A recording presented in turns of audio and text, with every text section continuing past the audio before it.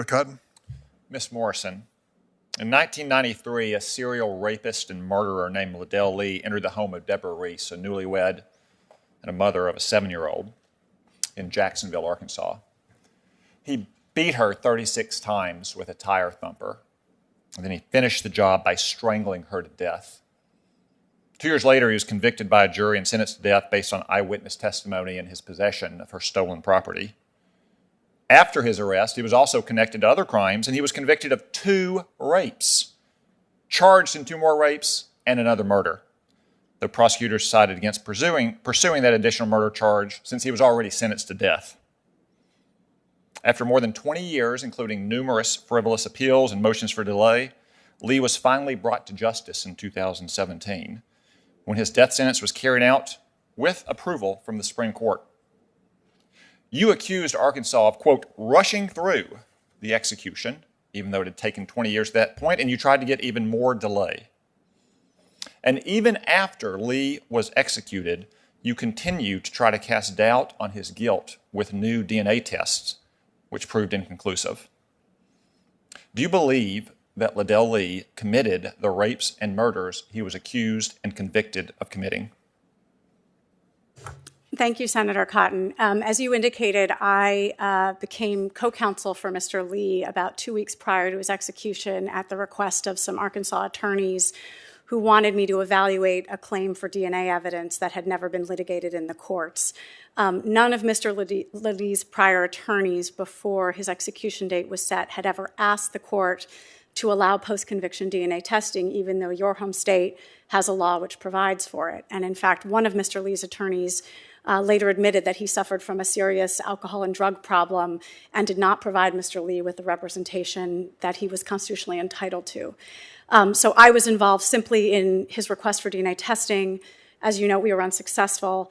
After Mr. Lee was executed, I became the lawyer along with several others for his surviving sister, who wanted to uncover the truth and see if her brother had been executed for a crime he didn't commit. As you indicated, we then went to court and actually got the agreement of Jacksonville, Arkansas officials to test the DNA in that case. Some of the results were inconclusive, but notably there was male DNA on the murder weapon that did not come from Mr. Lee, which was the weapon that had been used to murder Ms. Reese. It does remain an open investigation, and I continue to represent Mr. Lee's sister, so I'm afraid I cannot comment on the merits of the case, but that is the history in my role. So you said, as recently as last May, 9 months ago, that those DNA tests were incomplete and partial, as they had always been.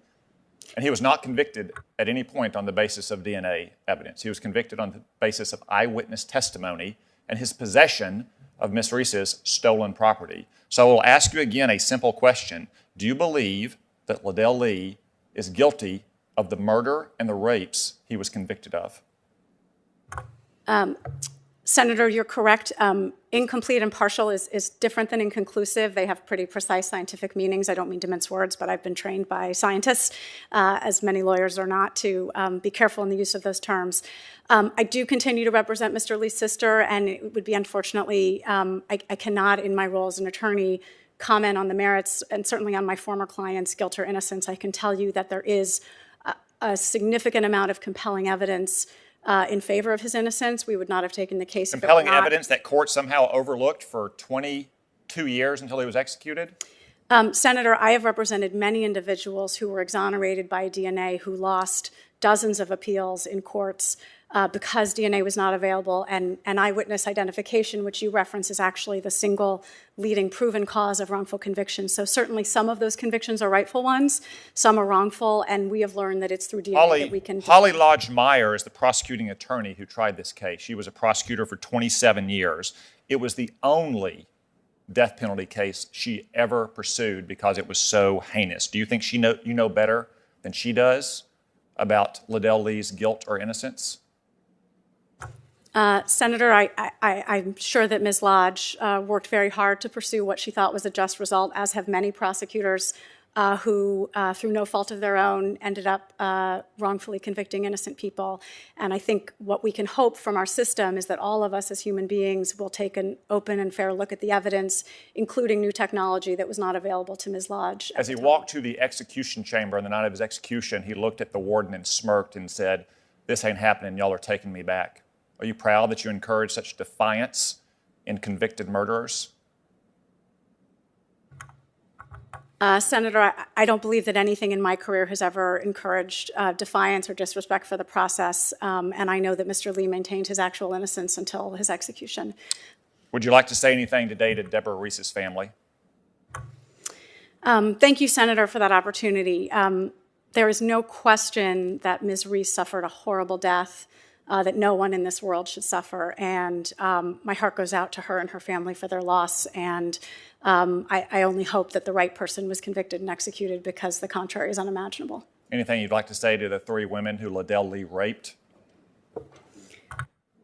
Senator, I can tell you that he did maintain his innocence of those offenses as well, and I certainly do not in any way intend to disrespect what they went through. I have known and worked with many survivors of sexual assault, some of whom are very dear to me, and what they went through is unimaginable, and I hope our justice system will always do what we can to get it right in those cases. Thank you, Senator Cotton. Senator Whitehouse.